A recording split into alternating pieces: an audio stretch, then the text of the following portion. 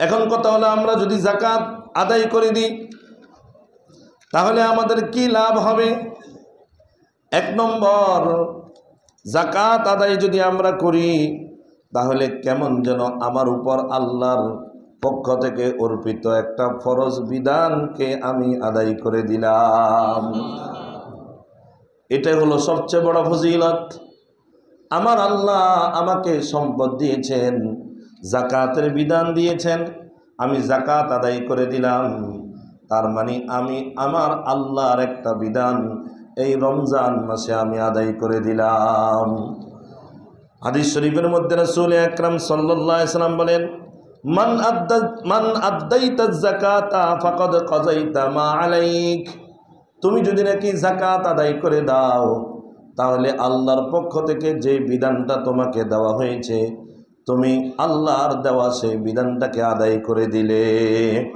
আর মাহে রমজানে যদি তুমি আল্লাহর একটা বিধান, ফরজ বিধানকে আদায় করতে পারো, আল্লাহর হাবিব ঘোষণা দিয়েছেন, মান আদ্দা ফরিজাতান ফিহি কানা কামান আদ্দা ৭০ ফরিজাতান ফিমা সিওয়া।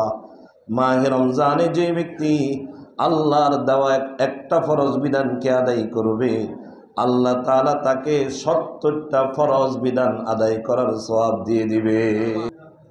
আর আল্লাহ তাআলার ইবাদত মৌলিকভাবে ৩ প্রকার। একটি হলো ইবাদতে বাদানী,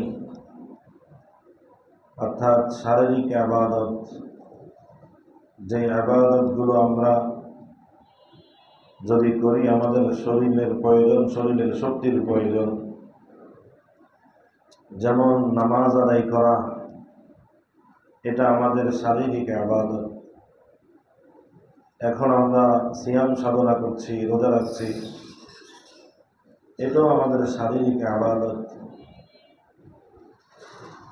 আর ২ নম্বর হলো ইবাদতে মালি, অর্থাৎ আমাদের আর্থিক ইবাদত, যেমন দান সদকা করা, ফিতরা আদায় করা। এমনিভাবে যাদের উপরে যাকাত ফরজ হয়েছে যাকাতগুলোকে পরিপূর্ণভাবে আদায় করা, এটা হলো আমাদের আর্থিক ইবাদত।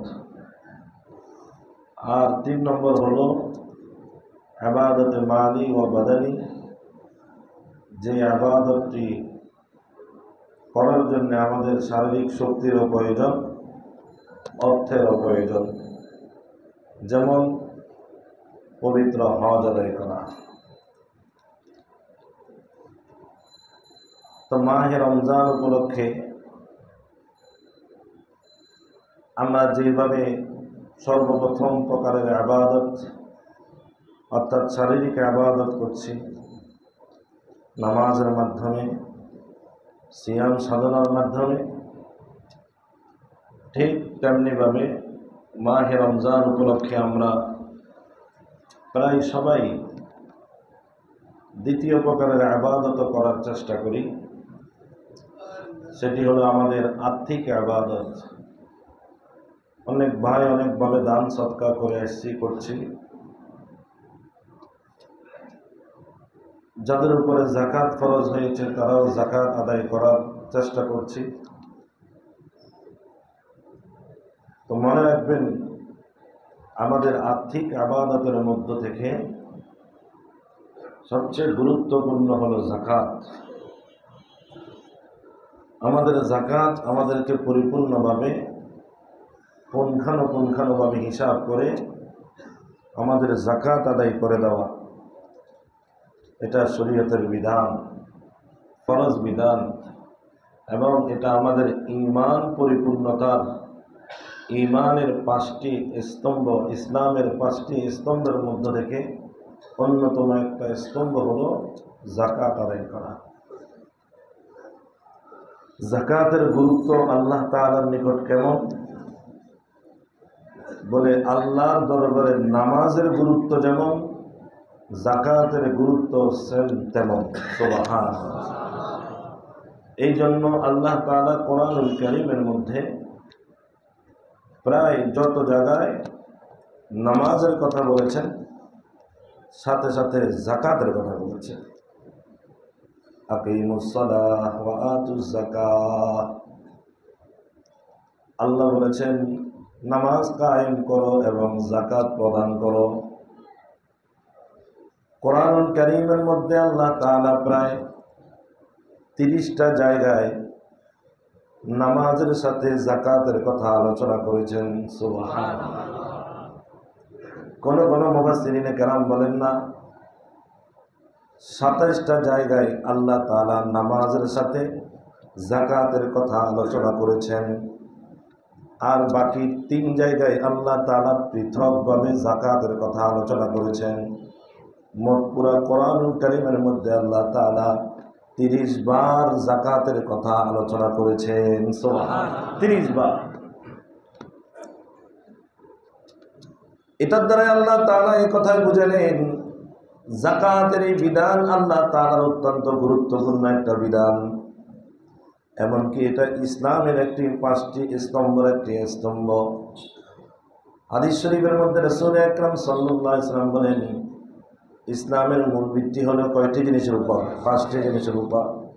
বুনিয়াল ইসলামু আলা খামসিন শাহাদাতি আল্লা ইলাহা ইল্লাল্লাহ ওয়া আন্না মুহাম্মাদার রাসূলুল্লাহ ওয়া ইকামিস সালাতি ওয়া ইতাইজ যাকাত ওয়াল হজ্জি ওয়া সাওমি রমাদান।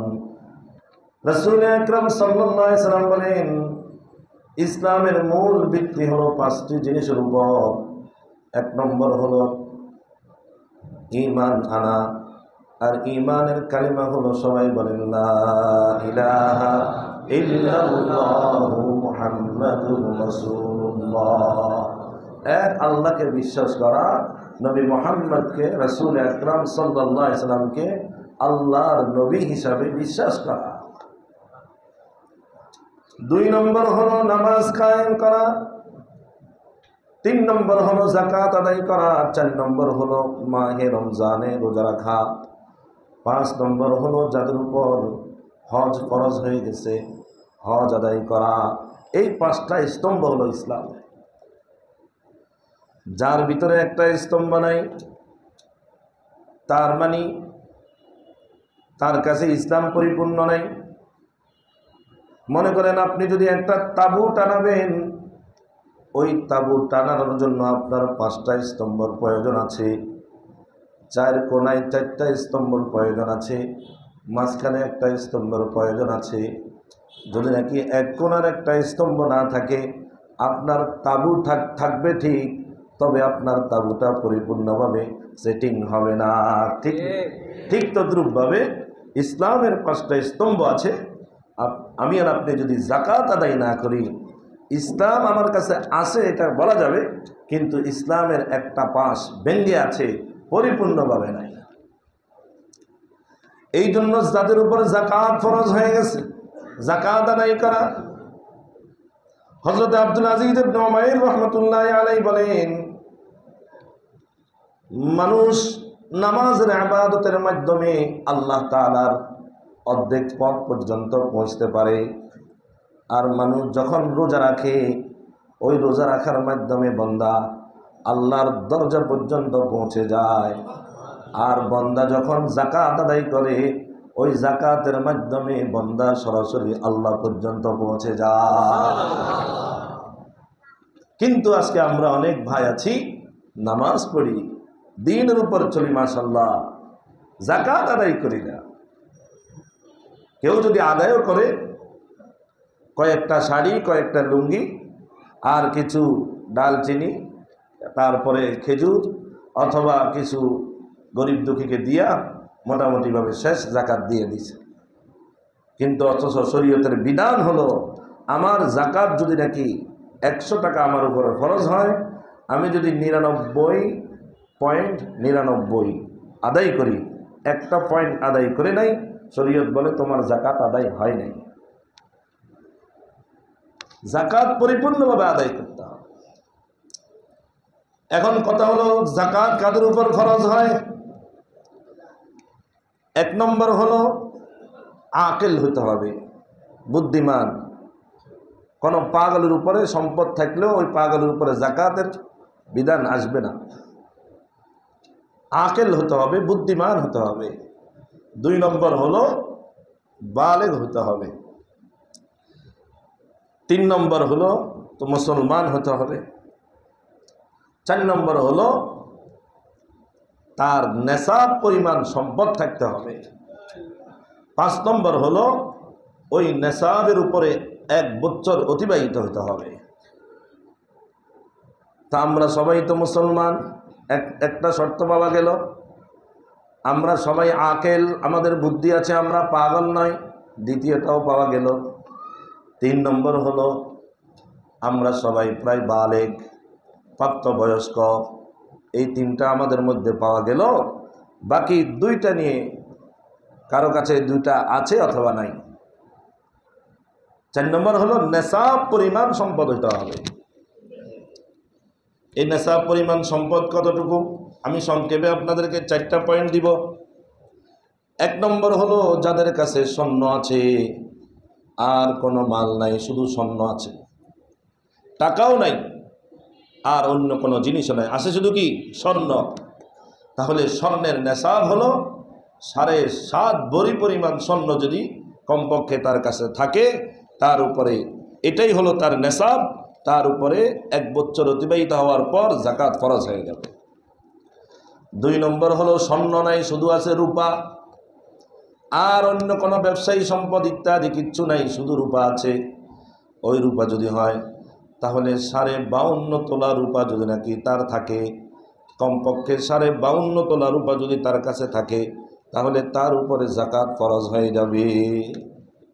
3 নম্বর হলো কারো নিকট যদি নাকি ব্যবসায়ী সম্পদ থাকে, ব্যবসায়ী সম্পদ, ওই ব্যবসায়ী সম্পদ হিসাব করে দেখলাম, হিসাব করে দেখার পর দেখা যায় আমার এই ব্যবসায়ী সম্পদের মধ্যে যে মূল্য হয়, এই মূল্যটা যদি নাকি 52.5 তোলা রূপার দাম পরিমাণ হয়ে যায়, তাহলে তার উপরে যাকাত ফরজ হয়ে যাবে। 4 নম্বর হলো আমার কাছে কিছু স্বর্ণ আছে, কিছু রূপা আছে, কিছু টাকা আছে, কিছু ব্যবসায়ী সম্পদ আছে, কোনোটা পরিপূর্ণ নেশাব নাই, তাহলে সবগুলোকে একসাথে মিলাবো। মনে করেন স্বর্ণ 1 ভরি আছে, রূপা 5 ভরি আছে, কিছু ব্যবসায়ী মাল আছে, ব্যাংকে কিছু টাকা আছে, এগুলো সবগুলোকে একসাথে মিলাবো। মিলানোর পর যদি দেখা যায় 52.5 তোলা রূপার সমপরিমাণ অর্থ সেখানে হয়ে যায়, তাহলে তার উপরও যাকাত ফরজ হয়ে যাবে। আরেকটা বলি, 5 নম্বর, কারো কাছে যদি স্বর্ণও নাই, রূপাও নাই, ব্যবসায়ী সম্পদও নাই, কিছু কিছু তাও না, তার কাছে আছে ক্যাশ টাকা, ব্যাংকে ক্যাশ টাকা আছে, অথবা কোনো সমিতির মধ্যে ক্যাশ টাকা রেখেছে, অথবা কাউকে কোনো ক্যাশ টাকা ঋণ দিয়েছে, মোটামুটিভাবে তার মালিকানায় ক্যাশ টাকা আছে। ওই ক্যাশ টাকা যদি 52.5 ভরি রূপার দাম সমপরিমাণ হয়ে যায়, তার উপরে যাকাত ফরজ হয়ে যাবে। এখন কথা হলো 52.5 ভরি রূপার দাম কত? আজকের বাজারের হিসাব অনুযায়ী, জুমার আগে আমি হিসাব নিয়ে এসেছি জুয়েলার্স থেকে, রূপা বর্তমানে স্বর্ণের দাম একটু বেড়েছে, যার ফলে রূপার দামও একটু বেড়েছে। সেই হিসাবে দেখা যায় 1500 থেকে 1600 টাকা ভরি রূপার দাম। যদি 1500 টাকা হয়, তাহলে 52.5 ভরি রূপার দাম আসে 78,750 টাকা। আর যদি 1600 টাকা হয়, তাহলে 52.5 তোলা রূপার দাম আসে 84,000 টাকা। তো বলতে পারি 75,000 থেকে 80,000 সর্বনিম্ন যার কাছে ক্যাশ টাকা আছে। এই বছর 75 থেকে 80,000 যার কাছে ক্যাশ টাকা আছে, অথবা ব্যবসায়ী সম্পদ আছে, অথবা কিছু স্বর্ণ, কিছু রূপা, কিছু ব্যবসায়ী সম্পদ, কিছু টাকা, সবগুলোকে একসাথে মিলালে 75 থেকে 80,000 টাকার সমপরিমাণ সম্পদ তার হয়ে যায়। আর এটার উপরে 1 বছর অতিবাহিত হয়ে যায়, তার উপরে যাকাত এই বছর ফরজ হয়ে গেছে। এখানে অনেক কম আছি আমরা, এই টাকা নাই।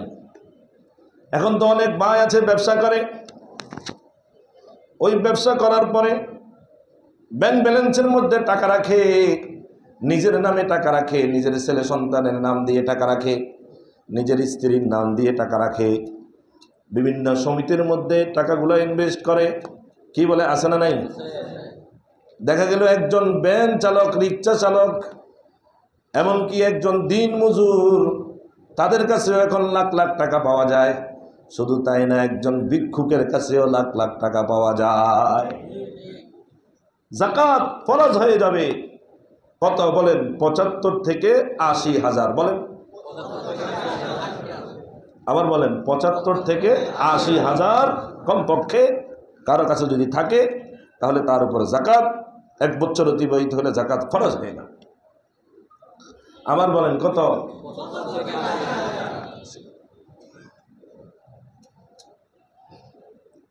আমরা যাকাত যাদের উপর ফরজ হয়েছে আদায় করবো তো ইনশাআল্লাহ।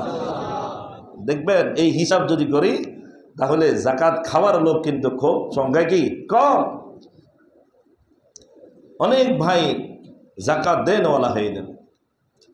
এখন কথা হলো, আমরা যদি যাকাত আদায় করে দিই তাহলে আমাদের কি লাভ হবে?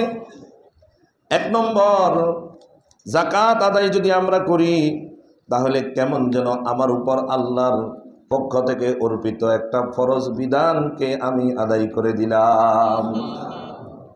এটা হলো সবচেয়ে বড় ফজিলত। আমার আল্লাহ আমাকে সম্পদ দিয়েছেন, যাকাতের বিধান দিয়েছেন, আমি যাকাত আদায় করে দিলাম। তার মানে আমি আমার আল্লাহর একটা বিধান এই রমজান মাসে আমি আদায় করে দিলাম। হাদিস শরীফের মধ্যে রাসূল আকরাম সাল্লাল্লাহু আলাইহি সাল্লাম বলেন, মান আদাইতা যাকাতা ফাকাদ কাযাইতা মা আলাইক। তুমি যদি নাকি যাকাত আদায় করে দাও, তাহলে আল্লাহর পক্ষ থেকে যে বিধানটা তোমাকে দেওয়া হয়েছে, তুমি আল্লাহর দেওয়া সেই বিধানটাকে আদায় করে দিলে। আর মাহে রমজানে যদি তুমি আল্লাহর একটা বিধান, ফরজ বিধানকে আদায় করতে পারো, আল্লাহর হাবিব ঘোষণা দিয়েছেন, মান আদ্দা ফরিজাতান ফিহি কানা কামান আদ্দা 70 ফরিজাতান ফিমা সিওয়া। মাহে রমজানে যে ব্যক্তি আল্লাহর দেওয়া একটা ফরজ বিধানকে আদায় করবে, আল্লাহ তাআলা তাকে 70টা ফরজ বিধান আদায় করার সওয়াব দিয়ে দিবে। এই জন্য আমরা 1 নম্বর হলো ফজিলত, আমি আল্লাহর একটা ফরজ বিধান আদায় করেছি, যার কারণে আমি 70টা ফরজ বিধান আদায় করার সওয়াব পেয়ে গেছি।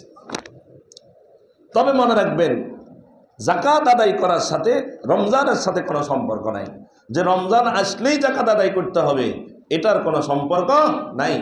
যাকাত আদায়ের সম্পর্ক হলো 1 বছর পূর্ণ হওয়ার সাথে। বলেন, যাকাত আদায়ের সম্পর্ক হলো কি? 1 বছর পূর্ণ হওয়ার সাথে। এই 1 বছর রমজানের আগেও হতে পারে, রমজানের পরেও হতে পারে। বাকি হ্যাঁ, রমজানে আদায় করলে যেহেতু সওয়াব বেশি হয়, এই কারণে অনেক ভাই আমরা রমজানের সাথে একটা হিসাব মিলিয়ে ফেলেছি, যে আমরা বছরকে রমজান টু রমজান বছর হিসাব করে সওয়াব বেশি পাওয়ার আশায় আমরা একটা হিসাব আগে পরে টেনে রমজানের সাথে মিলিয়েছি। কিসের আশায়? সওয়াব বেশি হওয়ার জন্যে। কিন্তু এই কথা স্পষ্ট রাখতে হবে, রমজানের সাথে যাকাত আদায় করার সাথে কোনো মৌলিক সম্পর্ক নাই। মৌলিক সম্পর্ক কিসের সাথে? 1 বছর পূর্ণ হওয়ার সাথে।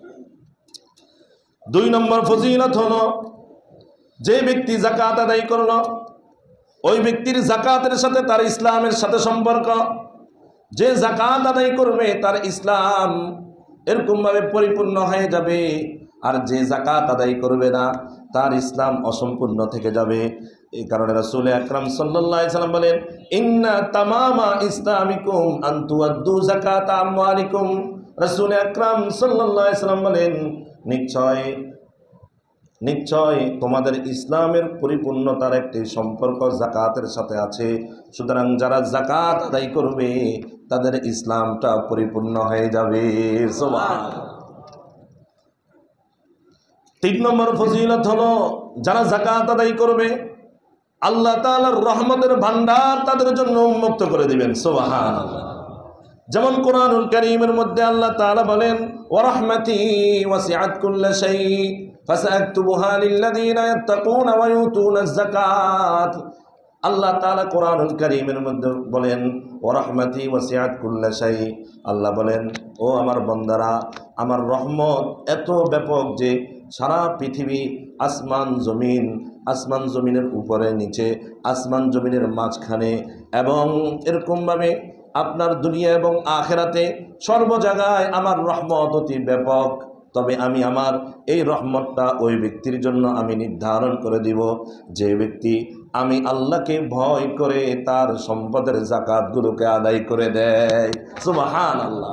জাকাত যারা আদায় করবে তারা আল্লাহর রহমতের ছায়াতলে থাকবে। 4 নম্বর হলো যারা জাকাত আদায় করবে আল্লাহ তাআলা তাদের সম্পদের মধ্যে বৃদ্ধি করে দেবেন। সুবহানাল্লাহ। জাকাতের অর্থই হলো বৃদ্ধি পাওয়া। আল্লাহ তার সম্পদের মধ্যে বরকত দান করবেন। সুবহানাল্লাহ বলেন। বলে কিভাবে বরকত দান করবে? 10,000 টাকা আমার নিয়ে গেলেন আর বলতেছেন আমার সম্পদ নাকি বাড়বে, আরো কমিয়ে না গেল। কথা কি বুঝেন নাই? আহা, আমরা তো দুনিয়ার হিসাব করি, আমরা তো কি দুনিয়ার হিসাব। আল্লাহ তাআলা কোরআনুল কারীমের মধ্যে বলেন ইয়ামহাকুল্লাহুর রিবা ওয়া ইউরবিস সাদাকাত। আল্লাহ তাআলা বলেন হে আমার দুনিয়ার বান্দারা, এরকম ভাবে যারা তোমরা সুদের লেনদেন করো, সুদি কারবারের সাথে জড়িত আছো, আর ওই সুদি কারবারকে তোমরা বরকত মনে করো, কোনো কষ্ট ছাড়া তুমি কিছু নগদ কিছু লাভ তুমি করো, এটাকে মনে করো তুমি বরকত। আল্লাহ বলেন না না, সুদের মাধ্যমে যেটা তোমরা উপার্জন করো এটা বরকত নয়। ইয়ামহাকুল্লাহুর রিবা। আল্লাহ বলেন আমি আল্লাহ সুদকে নিচ্ছিন্ন করে দিব। ওয়া ইউরবিস সাদাকাত। আর যারা দান সদকা করে, বিশেষভাবে যারা যাকাত আদায় করে, আমি তাদের সম্পদের মধ্যে বৃদ্ধি করে দিব। সম্পদের মধ্যে বৃদ্ধি করার একটা অর্থ হবে, বাস্তবেই আগে যদি আপনার 1 লক্ষ টাকা থাকতো, এখন আল্লাহ তাআলা আপনাকে বাস্তবেই এখন বৃদ্ধি করে আপনাকে 2 লক্ষ টাকার মালিক বানায়া দিল। এটাও হতে পারে, তবে এটার সংখ্যা অনেক কম। 3 নম্বর হবে, 2 নম্বর হবে আল্লাহ তাআলা আপনার সম্পদের মধ্যে বৃদ্ধি করে দিবেন, মানে হলো আল্লাহ তাআলা আপনার সামনে যেই সকল বিপদ আপদগুলো আসলে আপনার অনেক টাকা খরচ হয়ে যাবে, আল্লাহ তাআলা ওই বিপদ থেকে হেফাজত করে আপনার ওই টাকাগুলোকে আল্লাহ বাঁচিয়ে দিবেন। মনে করেন এমন একটা বিপদ আপনার জন্য নির্ধারিত, ওই বিপদে যদি আপনি পড়ে যান তাহলে 50 লক্ষ টাকা আপনার খরচ হয়ে যাবে, কোটি কোটি টাকা আপনার খরচ হয়ে যাবে। আল্লাহ তাআলা আপনাকে ওই বিপদ থেকে হেফাজত করলেন, তার মানে হলো আল্লাহ তাআলা আপনার 50 লক্ষ টাকা আল্লাহ তাআলা আপনাকে বরকত দিয়ে দিলেন, বাঁচাই দিলেন। এগুলো তো আমরা দেখি না। 3 নম্বর ব্যাখ্যা হলো আল্লাহ তাআলা আমাদেরকে বৃদ্ধি করে দিবেন, মানে হলো বাস্তবেই বৃদ্ধি করবেন, তবে দুনিয়ার জমিনে বৃদ্ধি করবেন না।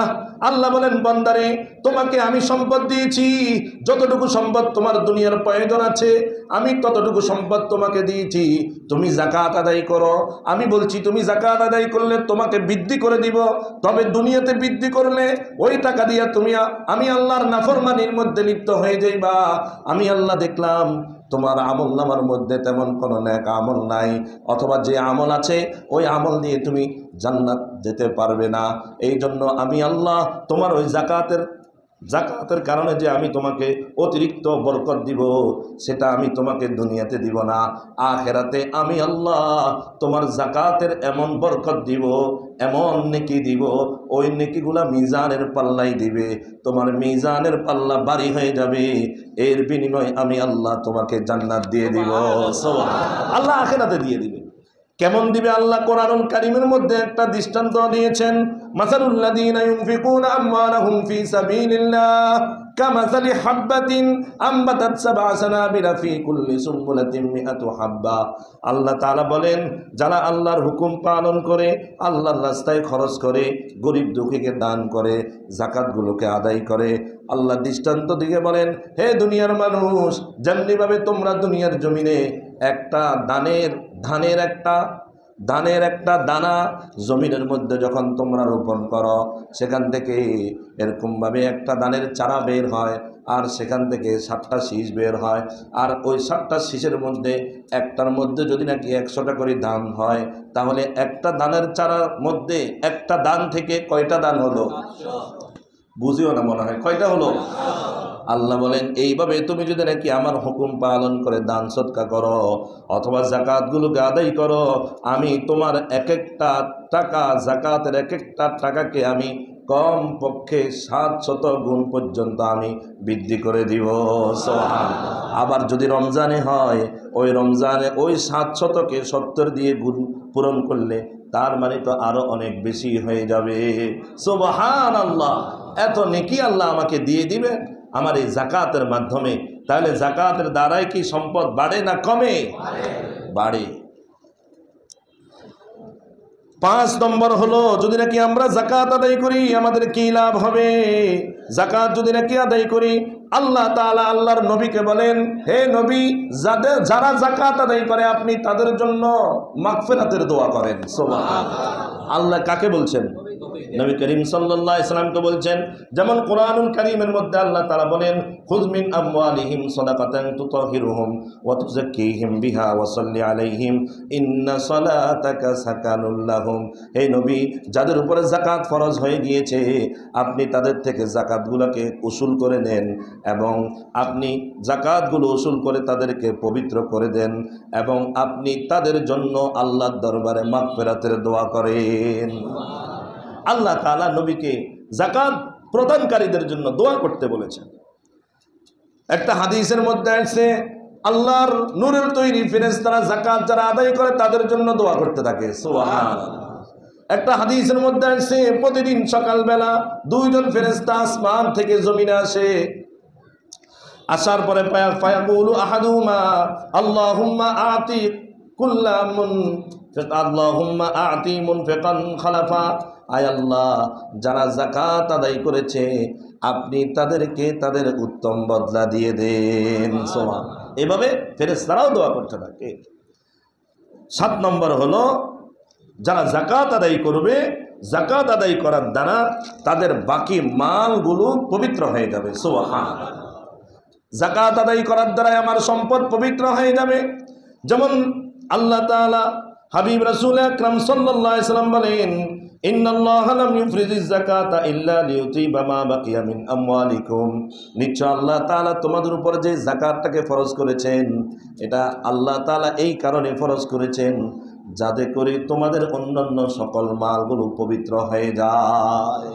সুতরাং যারা যাকাত আদায় করবে না তাদের বাকি সব মাল অপবিত্র হয়ে যাবে, অপবিত্র হয়ে যাবে। 8 নম্বর হলো, আমি যদি যাকাত আদায় করি, যাকাত আদায় করার দ্বারা আমার সম্পদগুলা আপদ মুক্ত হবে। সুবহানাল্লাহ বলেন। বিপদ মুক্ত হবে। যেমন রাসূল আকরাম সাল্লাল্লাহু আলাইহি সাল্লাম ইরশাদ করেন, মান আদ্দা যাকাতা মালিহি ফাকাদ যাহাবা আনহু শাররুহু।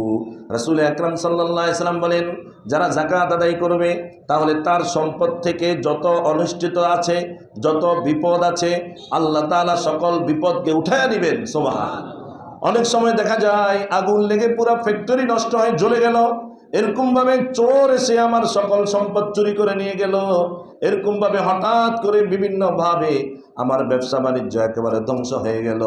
এগুলো যে আমার উপর বিপদ, বলছে যে যাকাত পরিপূর্ণভাবে আদায় করো, সকল বিপদ থেকে তোমাকে হেফাজত করে দেওয়া হবে। আর 9 নম্বর হলো, ঈমানের স্বাদ পাওয়া যাবে। সুবহানাল্লাহ বলেন। ঈমানের স্বাদ পাওয়া যাবে। বর্তমানে তো আমাদের ঈমানের স্বাদ নাই। আমি একজন মুসলমান, একজন ঈমানদার বলে দাবি করি ঠিক, কিন্তু ঈমানের স্বাদ পাই না। ঈমানের স্বাদ যে ব্যক্তি পেয়ে যাবে তার 1 ওয়াক্ত নামাজ ছুটবে না। ঈমানের স্বাদ যে ব্যক্তি পেয়ে যাবে তার একটা রোজা ছুটবে না।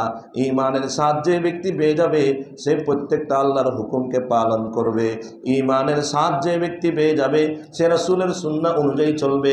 ঈমানের স্বাদ যে ব্যক্তি পেয়ে যাবে সে দ্বীন শরীয়ত অনুযায়ী চলবে। আজকে কিন্তু আমাদের মধ্যে নামাজ পড়তে ভালো লাগে না, এরকম রাসূলের সুন্নাত অনুযায়ী চলতে ভালো লাগে না, দ্বীন শরীয়ত অনুযায়ী চলতে ভালো লাগে না, গুনাহের পথে চলতে আমাদের ভালো লাগে। তার কারণসমূহের মধ্যে থেকে অন্যতম একটি কারণ হলো আমরা যাকাত ঠিক মতো আদায় করি না। রাসূল বলে যাকাত যারা আদায় করবে তারা ঈমানের স্বাদ পাবে। সুবহানাল্লাহ। আর 10 নম্বর হলো, যারা যাকাত আদায় করবে তাদের মালকে স্বয়ং আল্লাহর পক্ষ থেকে হেফাজত করা হবে। সুবহানাল্লাহ। তাদের মালকে আল্লাহর পক্ষ থেকে হেফাজত করা হবে। এই জন্য রাসূল আকরাম সাল্লাল্লাহু আলাইহি ওয়াসাল্লাম হাদিস শরীফের মধ্যে ইরশাদ করেন, হাসিনু আমওয়ালাকুম বিযাকাহ ওয়া দাউ মারদাকুম বিসসাদাকাহ। রাসূল আকরাম সাল্লাল্লাহু আলাইহি ওয়াসাল্লাম বলেন, তোমরা যাকাত আদায় করার মাধ্যমে তোমাদের মালগুলাকে হেফাজত করো। যারা যাকাত আদায় করবে তাদের মালগুলাকে হেফাজত করবেন কে? আল্লাহ। আর তোমরা দান সৎকার মাধ্যমে তোমাদের রোগীদের চিকিৎসা করো। অর্থাৎ কেউ যদি অসুস্থ হয়ে যায় তোমরা দান সৎকার করো। দান সৎকার করার দ্বারাই ওই দান সৎকারটা ওই রোগীর জন্য এরকমভাবে শেফার কারণ হয়ে যায়। এই 5টা কমপক্ষে ফজিলত, আরও আছে 10টা। এই 10টা ফজিলত যদি নাকি আমরা যাকাত আদায় করি, আর যদি নাকি আমরা যাকাত আদায় না করি তাহলে তো কঠিন অবস্থা হবে।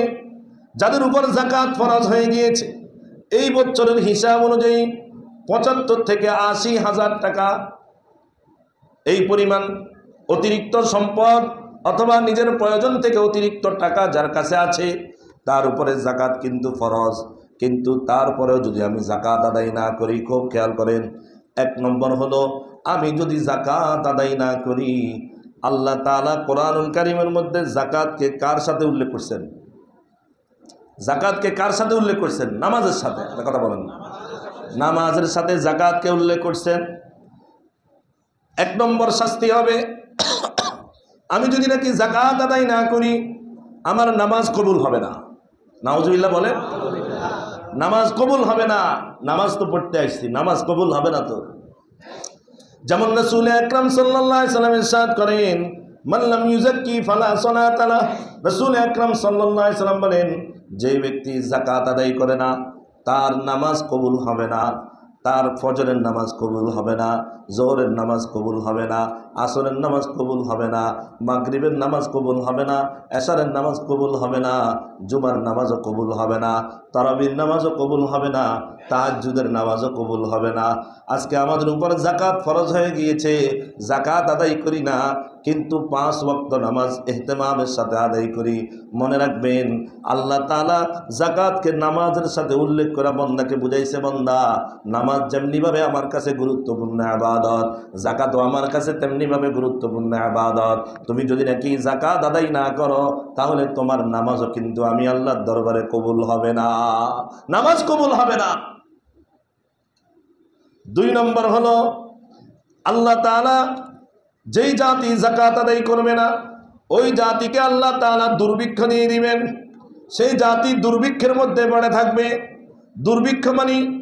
দুর্ভিক্ষ মানে খাওয়া দাওয়া নাই, শুধু এটা নয়, দুর্ভিক্ষ মানে এরকমভাবে দ্রব্য মূল্যের ঊর্ধ্বগতি, এটাও কিন্তু দুর্ভিক্ষ। কথা বলেন না কেন? এটাও কিন্তু দুর্ভিক্ষ। বর্তমানে দ্রব্য মূল্যের ঊর্ধ্বগতি আমরা একজনকে দায়ী করি, একজন সিন্ডিকেটকে দায়ী করি, একজন এইভাবে আরেকজনকে দায়ী করি। যেইভাবে দায়ী করো না কেন আল্লাহ বলেন তোরা একজনে আরেকজনকে দোষ দিবি, আর আমি আল্লাহ বলি না, দোষ তুমি বন্দার। তুমি বন্দা কেন যাকাত আদায় করো না? যদি নাকি পুরা জাতি সবাই যাকাত আদায় করে ফেলবে আর এরকমভাবে দুনিয়ার জমিনে আমি দুর্ভিক্ষ রাখবো না, দুর্ভিক্ষের শাস্তি দিবে। যেমন রাসূল আকরাম সাল্লাল্লাহু আলাইহি ওয়াসাল্লাম হাদিস শরীফের মধ্যে ইরশাদ করেন, মা মানা কওমুনিজ যাকাত ইল্লা ইবতালাহুমুল্লাহু বিসসিনিন। রাসূল আকরাম সাল্লাল্লাহু আলাইহি ওয়াসাল্লাম বলেন, যে জাতি যাকাত আদায় করে না আমি আল্লাহ তাআলা তাদেরকে এরকমভাবে দুর্ভিক্ষের মধ্যে লিপ্ত করে দিবেন। তাদের মধ্যে দুর্ভিক্ষ চলবে। একটা হইছে ভাই দুর্ভিক্ষ মানে নাই, কিচ্ছু নাই। আরেকটা হলো দাম বৃদ্ধি হয়ে গেছে, এটাও দুর্ভিক্ষ। আরও একটা আছে, বলবো? কেউ ব্যক্তিগতভাবে কারো দিকে টানবেন না। আরও একটা আছে দুর্ভিক্ষ, আমার ঘরের মধ্যে সব আছে, আমার পকেটের টাকা আছে, সব কিছু যখন যেটা মনে চাই সেটা খেতে পারবো, যখন যেটা মনে চাই সেটা আমি ক্রয় করতে পারবো। আল্লাহ তাআলা দুর্ভিক্ষ দিয়ে দিয়েছেন, আমার শরীরের মধ্যে একটা রোগ দিয়ে দিয়েছেন। রোগ দিয়ে দেওয়ার পরে ডাক্তারে বলে তুমি এটা খেতে পারবে না, এটা খেতে পারবে না, এটা খেতে পারবে না। কথা বলে না কেন? ডাক্তার বলে সকালে খেতে পারবে না, বিকালে খেতে হবে, বিকালে খেতে পারবে না, সকালে খেতে হবে। আবার কাউকে বলে তুমি খানাই খেতে পারবে না, কাউকে বলে পানি খেতে পারবে না। আছে না নাই? কাউকে বলে মিষ্টি খেতে পারবা না, এটাও কিন্তু আল্লাহ বিভিন্ন রোগ ব্যাধির মাধ্যমে আমার রিজিকটাকে আল্লাহ সংকীর্ণ করে দিয়েছেন। এই কারণে যে আমাদের মধ্যে কেউ না কেউ এরকমভাবে আল্লাহর হুকুম যাকাত আদায় করে নাই। এই কারণে আল্লাহ তাআলা আমাদেরকে বিভিন্ন অপরিচিত এরকম জটিল কঠিন রোগ ব্যাধি দিয়ে আল্লাহ আমাদের রিজিকটাকে সংকীর্ণ করে দিয়েছে। 3 নম্বর হলো, যদি নাকি যাকাত আদায় না করি তাহলে আমার বাকি যে সম্পদগুলো আছে ওই সমস্ত সম্পদগুলো এরকম অপবিত্র হয়ে যাবে। যেমন রাসূল আকরাম সাল্লাল্লাহু আলাইহি সাল্লাম ইরশাদ করেন, মান কাসাবা তাইয়িবান খাব্বাসাহু মানউজ যাকাত।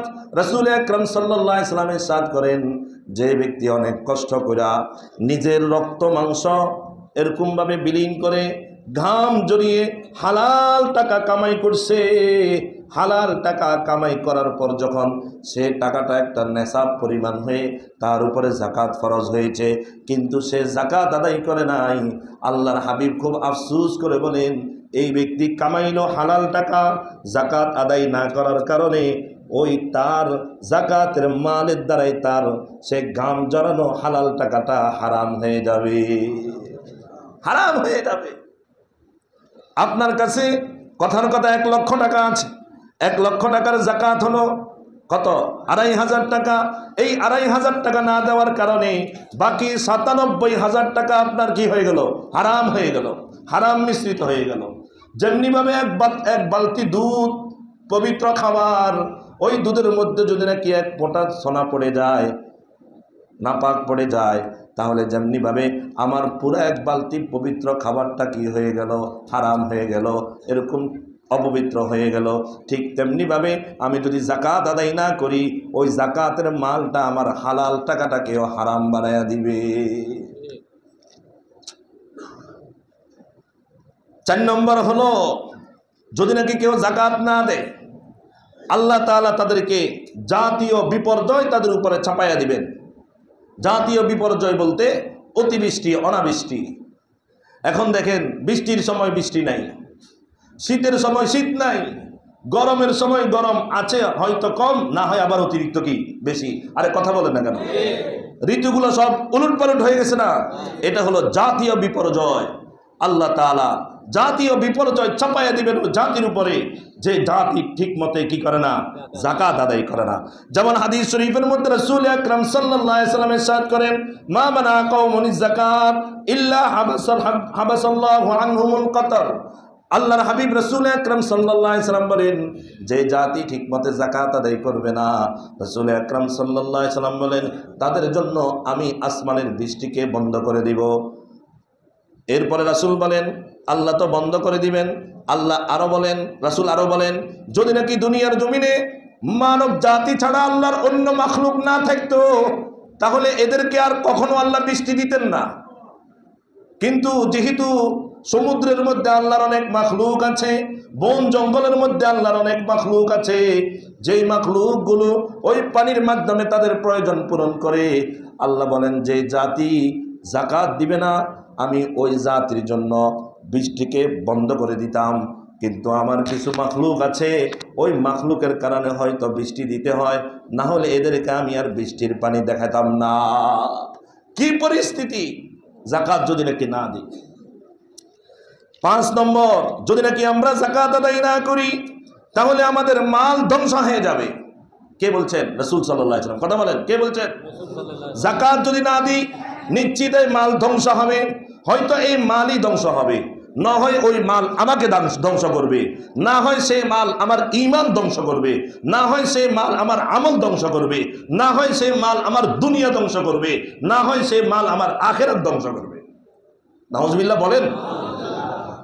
একটা না একটা হবেই, রাসূল বলেছেন। রাসূল আকরাম সাল্লাল্লাহু আলাইহি সাল্লাম বাইতুল্লাহর মধ্যে যে কালো গিলাফওয়ালা বাইতুল্লাহ, ওই বাইতুল্লাহর পাশে একটা হাতিমে কাবা আছে। ওই হাতিমে কাবার মধ্যে রাসূল আকরাম সাল্লাল্লাহু আলাইহি সাল্লাম বসে বসে একটু বাইতুল্লাহর ছায়া নিতেছিলেন। এই সময় একজন সাহাবী রাসূল আকরাম সাল্লাল্লাহু আলাইহি সাল্লামের দরবারে এসে বলে, ইয়া রাসূলুল্লাহ, ইয়া হাবিবাল্লাহ, আপনার অমুক সাহাবীর বাড়িঘর ধন সম্পদ সবগুলো এরকম সমুদ্র ভেঙ্গে সমুদ্রের মধ্যে তলিয়ে গিয়েছে। তখন রাসূল আকরাম সাল্লাল্লাহু আলাইহি ওয়াসাল্লাম একটা হাদিস বলেছেন। রাসূল বলেন, মা তালাফা মালুন ফি বিল্লিন আও বাহরিন ইল্লা বিহাফসিজ যাকাত। রাসূল আকরাম সাল্লাল্লাহু আলাইহি ওয়াসাল্লাম বলেন, জলভাগে এবং স্থলভাগে যত সম্পদ নষ্ট হয়ে যায়, আগুনের মাধ্যমে নষ্ট হোক, আসমান থেকে ঠাড়া পড়ে নষ্ট হোক, অথবা চোর ডাকাতে ছিনতাইকারীরা নষ্ট করুক, অথবা যে কোনো কারণে নষ্ট হয়ে যাক, যাই ছাই স্থলভাগে নষ্ট হোক, ছাই জলভাগে নষ্ট হোক, যেইভাবে কোনো সম্পদ নষ্ট হয়, আল্লাহর হাবিব বলেন একমাত্র ওই সম্পদটা নষ্ট হয় যাকাত আদায় না করার কারণে।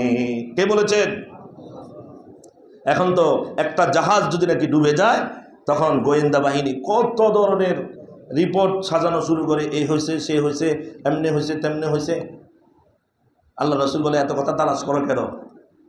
ইল্লা বিহাফসিজ যাকাত, একেবারে নিশ্চিতভাবে রাসূল বলেন তালাশ করে দেখা হচ্ছে ঠিক মতো যাকাত দেয় নাই। কথা বলেন না কেন? অথবা আমার জান ধ্বংস হবে, অথবা আমার ঈমান ধ্বংস হবে, এই মালের পিছনে পড়ে আমার পরিবার ধ্বংস হবে। এরকম হয়েছে না? মালের পিছনে পড়ে আমার শান শৌকত মর্যাদা ধ্বংস হবে, আমার ইজ্জত ধ্বংস হবে, আমার দুনিয়া ধ্বংস হবে, আমার আখিরাত ধ্বংস হবে, আমার ঈমান আমল ধ্বংস হবে। যে কোনো একটা কিছু আমার ধ্বংস হবেই যদি নাকি আমি যাকাত আদায় না করি। 6 নম্বর হলো, যদি নাকি যাকাত আদায় না করি। আমার সময় কিন্তু শেষ, পয়েন্টটা যেহেতু বলে দিতে হবে, আর দুই একটা পয়েন্ট আছে, ধৈর্যের সাথে ধরেন, যেহেতু রমজান মাস, অসুবিধা নাই, আমার সময় শেষ। 6 নম্বর হলো, যদি নাকি আমরা যাকাত আদায় না করি, তাহলে আমাদের কিয়ামতের ময়দানে আমাদের হিসাব কঠিন হয়ে যাবে। নাউজুবিল্লাহ বলেন। রাসূল আকরাম সাল্লাল্লাহু আলাইহি ওয়াসাল্লাম ইরশাদ করেন, আলা ওয়া ইন্নাল্লাহা ইউহাসিবুহুম হিসাবান শাদীদা ওয়া ইউআযযিবুহুম আযাবান আলীমা। রাসূল আকরাম সাল্লাল্লাহু আলাইহি ওয়াসাল্লাম বলেন, যারা যাকাত আদায় করবে না, যারা মালের হিসাব করে যাকাত আদায় করবে না, আল্লাহ তাআলা হাসরের ময়দানে আল্লাহর দরবারে তাদের হিসাব কঠিন হয়ে যাবে, তাদের আযাব কঠিন হয়ে যাবে। কেমন হিসাব হবে? যে দুনিয়ার মানুষ সবাই হিসাব নিকাশ করে, কেউ জান্নাতে চলে যাবে, কেউ জাহান্নামে চলে যাবে, কিন্তু যারা যাকাত আদায় করে নাই, তারা হাজার বছর পর্যন্ত মিজানের পাল্লায় গড়াগড়ি করতে থাকবে, হিসাব দিতে পারবে না। আজকে যাকাতের টাকা, গরিব দুঃখীর টাকা, এটা না দিয়ে আমি ভোগ করতেছি, আখিরাতকে ধ্বংস করে দিতেছি, হিসাব কঠিন করে ফেলতেছি, আযাব কঠিন করে ফেলতেছি, আল্লাহর পাকড়াও শক্ত করে ফেলতেছি। কথা বলেন। হুজুর সাল্লাল্লাহু আলাইহি ওয়াসাল্লাম মেরাজের রজনী থেকে যখন হুজুর সাল্লাল্লাহু আলাইহি ওয়াসাল্লামকে জাহান্নামের ভিতরে নিয়ে গেল, নিয়ে যাওয়ার পরে দেখলেন যারা নামাজ পড়ে না তাদেরকে কেমন শাস্তি দেওয়া হবে, যারা রোজা রাখে না তাদেরকে কেমন শাস্তি দেওয়া হবে, যারা এরকম হজ করে না তাদেরকে কেমন শাস্তি দেওয়া হবে। এমনিভাবে রাসূলকে দেখানো হয়েছে যারা যাকাত আদায় করে না তাদেরকে কেমন শাস্তি দেওয়া হবে। রাসূল আকরাম সাল্লাল্লাহু আলাইহি ওয়াসাল্লাম বলেন, জাহান্নামের ভিতরে যাওয়ার পর দেখি একটা বিশাল ময়দান, ওই ময়দানের মধ্যে কিছু লোক, তাদের পুরা শরীর উলঙ্গ, মাথার মধ্যেও কিছু নাই, শরীরের মধ্যেও কিছু নাই, পরনেও কিছু নাই, শুধু তাদের লজ্জাস্থানে তাদেরকে একটা লিংটি পরায় রাখা হয়েছে। লিংটি বুঝেন? একটা ছোট্ট শুধু লজ্জাস্থানটা ঢাকার মতো একটা লিংটি পরায় রাখা হয়েছে।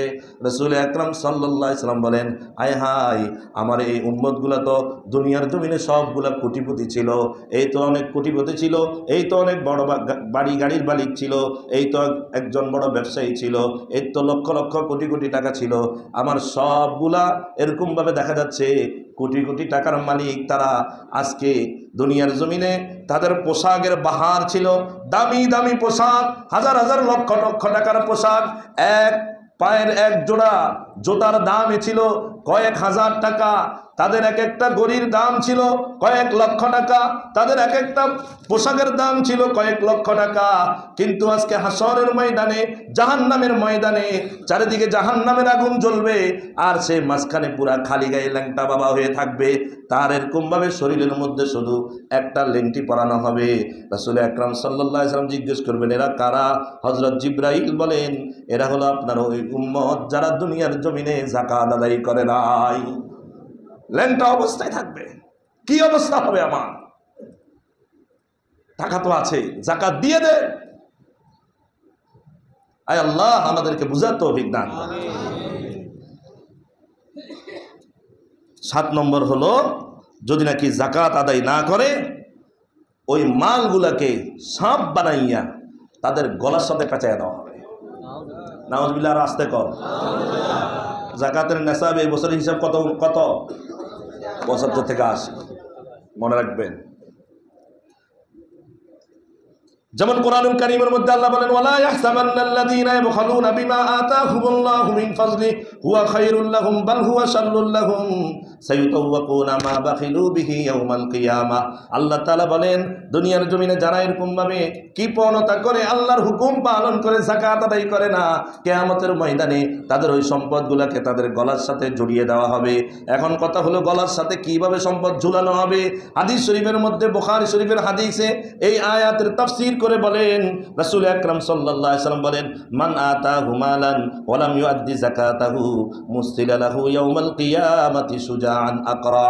রাসূল আকরাম সাল্লাল্লাহু আলাইহি ওয়াসাল্লাম বলেন, আল্লাহ তাআলা যেই ব্যক্তিকে সম্পদ দান করেছেন তার উপরে যাকাত ফরজ হয়েছে, কিন্তু যাকাত আদায় করে নাই, রাসূল আকরাম সাল্লাল্লাহু আলাইহি ওয়াসাল্লাম বলেন, তার ওই সম্পদগুলা সবগুলারে দিয়া, তার ওই বাড়ি, তার ওই গাড়ি, তার ওই ব্যবসার এরকমভাবে সম্পদ সবগুলাকে আল্লাহ তাআলা এরকমভাবে একসাথ করে একটা সাপ বানাবে। নাউজুবিল্লাহ বলেন। সাপ বানাবে। সাপের 3টা গুণওয়ালা একটা সাপ হবে। 1 নম্বর হলো সুজা। মুহাদ্দিসিনে কেরাম বলেন, সুজা মানে হলো এটা এমন একটা সাপ, এই সাপ দুনিয়ার কোথাও পাওয়া যাবে না। এই সাপটা যখন আক্রমণ করে তখন সে তার লেজের উপরে দাঁড়ায় তারপরে আক্রমণ করবে। সুজা, সুজা মানে সোজা হয়ে আক্রমণ করবে।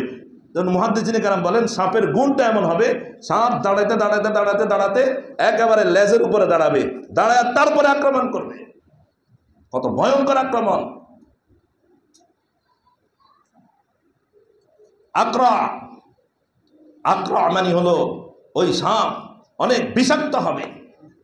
ওই সাপের মাথায় কোনো পশম থাকবে না, কারণ বিষাক্ত সাপের মাথায় কি থাকে না? পশম থাকে না। অনেক বিষাক্ত সাপ হবে। লাহু জাবিবাতা, ওই সাপের মাথার উপরে 2টা তিল থাকবে। যেই সকল সাপগুলো বেশি বিষাক্ত হয় তাদের মাথায় তিল থাকে। এটা তার পা থেকে, মুহাদ্দিসিনে কেরাম বলছেন, শুরু করবে পা থেকে, দোনো পাকে একসাথে করে পেঁচাইতে থাকবে। পেঁচাইতে পেঁচাইতে এইভাবে এইভাবে হতে হতে ওই সাপের মুখটা তার এই মুখের উপরে আসবে।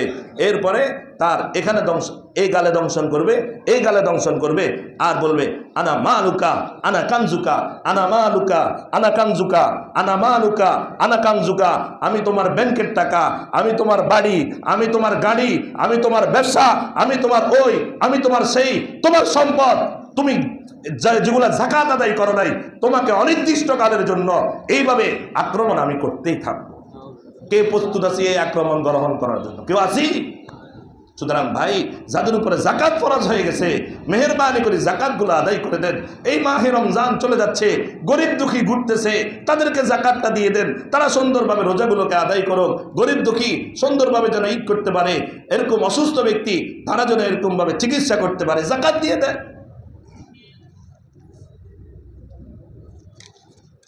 আর 8 নম্বর হলো, আমাদেরকে যারা, যে সকল মহিলারা যাকাত দিবে না, গলার হারের যাকাত দিবে না, হাতের চুড়ির যাকাত দিবে না, কানের বালির যাকাত দিবে না, হাসরের ময়দানে তাদের গলার হার থাকবে, হার থাকবে, তবে সেটা স্বর্ণের হার থাকবে না, জাহান্নামের আগুনের হার হয়ে যাবে।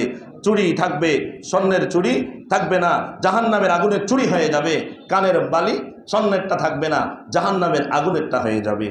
আর এরকমভাবে 9 নম্বর হলো, আরো আজীব কথা, সময় তো শেষ। 9 নম্বর হলো, যারা যাকাত আদায় করবে না। বুখারী শরীফের হাদিস, রাসূল আকরাম সাল্লাল্লাহু আলাইহি ওয়াসাল্লাম বলেন, বাশশিরিল কানিজিন বিরাফজিন ইউহমা আলাইহি ফি নারি জাহান্নাম। একটা পাথর আছে, যে পাথরটাকে জাহান্নামের আগুন দিয়ে তাপ দেওয়া হচ্ছে। রাসূল বলেন, ওই জাহান্নামের আগুনের তাপ দেওয়া পাথরের সুসংবাদ শুনায়া দাও। এই পাথরের কাজ কি হবে? যারা যাকাত আদায় করবে না, হাসরের ময়দানে আল্লাহ তাআলা ওই জাহান্নামের গরম উত্তপ্ত পাথরটাকে নিবেন, নিয়ে যারা যাকাত আদায় করে নাই তাদের বুকের স্তনের যে বুটাটা আছে না, বুটা, স্তনের বুটা, এটা একেবারে নাজুক এবং একেবারে মানে খুব নরম জায়গা না। আরে কথা বলেন না কেন? রাসূল বলেছেন, এই স্তনের যে বুটাটা আছে ওই পাথরটাকে, যেটাকে গরম দেওয়া হচ্ছে এখন, যারা যাকাত আদায় করবে না ওই পাথরটাকে তাদের স্তনের বুটার উপরে রাখা হবে। রাখার সাথে সাথে ওই পাথরের গরমের কারণে তাদের চামড়া পুড়ে যাবে, সাথে সাথে গোস্ত পুড়ে যাবে, ভিতরে হাত পুড়ে যাবে, পুড়ে গিয়ে ওই পাথরটা তাদের পিছনে পিঠ দিয়ে বের হবে। এরপরে ভালো হবে, আবার পিছনের পিঠ দিয়ে দিবে, এরপরে আবার স্তনের সামনে দিয়ে বের হবে, আবার দিবে, আবার বের হবে, আবার দিবে, আবার বের হবে, অনির্দিষ্টকালের জন্য। যারা যাকাত আদায় করে নাই ওই জাহান্নামের আগুনে উত্তপ্ত এরকম পাথর দিয়ে তাদেরকে এইভাবে শাস্তি দিতেই থাকবে। কোরআনে কারীমের মধ্যে 10 নম্বর যেটা শেষ, আল্লাহ বলেন আল্লাযীনা ইয়াকনিজুনা আয-যাহাবা ওয়াল ফিদ্দাতা ওয়া লা ইউনফিকুনাহা ফী সাবিলিল্লাহ ফাবাশশিরহুম বিআযাবিন আলীম ইয়াওমা ইউহমা আলাইহা ফী নারি জাহান্নাম ফাতুকওয়া বিহা জিবাহুম ওয়া জুনুবুহুম ওয়া যুহুরুহুম। যারা সম্পদের যাকাত আদায় করে নাই ওই সম্পদগুলোকে জাহান্নামের আগুন দিয়ে পুড়ানো হবে। পুড়াইয়া ইস্ত্রি মেশিন আছে না লন্ডির দোকানে, এই ইস্ত্রি মেশিনের মতো উত্তপ্ত করবে। কাকে কাকে? আরে কাকে? সম্পদকে, আমার টাকাকে, আমার বাড়িকে, আমার গাড়িকে, আমার ব্যবসায়ী সম্পদকে, আমার ব্যাংকের টাকাকে, আমার সমিতির টাকাকে, যেগুলো যাকাত আদায় করি নাই সেগুলোকে এইভাবে ইস্ত্রি মেশিনের মতো করা হবে। করে দুনিয়ার আগুন না, জাহান্নামের আগুন দিয়া তার কপালে, তার পাশে এবং তার পিঠে দাগ দিতে থাকবে। কে আসি এই শাস্তি গ্রহণ করার মতো? কেউ কি আমরা আছি ভাই? আমরা পারবো? এই জন্য ভাই সকলের হাতে ধরি পায়ে ধরি অত্যন্ত গুরুত্বের সাথে আপনাদের কাছে আবেদন জানাই, যাদের উপরে যাকাতটা ফরজ হয়ে গেছে হিসাব করেন, পুনকানো হিসাব করেন। হিসাব করে আমার যাকাত কতটুকু, আমার মূল সম্পদ কতটুকু হিসাব করে বের করতে হবে। বের করে প্রত্যেকটা টাকার এরকমভাবে যাকাত আপনি আদায় করে দেন। অনেকে মনে করে 5 লক্ষ টাকা যাকাত ওয়াজিব হয়েছে, হে কিছু আদায় করে দিয়ে বা 1 লক্ষ টাকা আদায় করে দিয়ে আদায় হয়ে গেছে। যদি হে বলে আদায় হয়ে গেছে তার মানে কি? আদায় করছে কত? আরে কথা বলেন না কেন? যাকাত ফরজ হয়েছে কত? আদায় করছে কত? তার মানে কি? 1 লক্ষ আদায় করে বলে আদায় হয়ে গেছে, তার মানে হলো এই নিজে কথা বলতে চায় 1 লক্ষ দিয়েছি গরিব দুঃখীকে, আর আমার যাকাত বাকি 4 লক্ষ টাকা আমি খাইলাম। কথা বলেন না কেন? আমার যাকাত বাকি 4 লক্ষ টাকা কি আমি খেলাম। আরে কথা বুঝেন নাই? এটাই তো দাবি করতেছে না ভাই, এভাবে হবে না। পুনখানুপুনখানুভাবে 1 টাকা সহ হিসাব করে যাকাত আদায় করব। আল্লাহ তাআলা আমাদের সকলকে এই ধরনের আযাব ও গজব থেকে হেফাজত করেন। সকলে বলে আমিন। হিসাব করে যাকাতগুলো আদায় করার তৌফিক দান করি। সকলে বলে আমিন। ওয়া আখির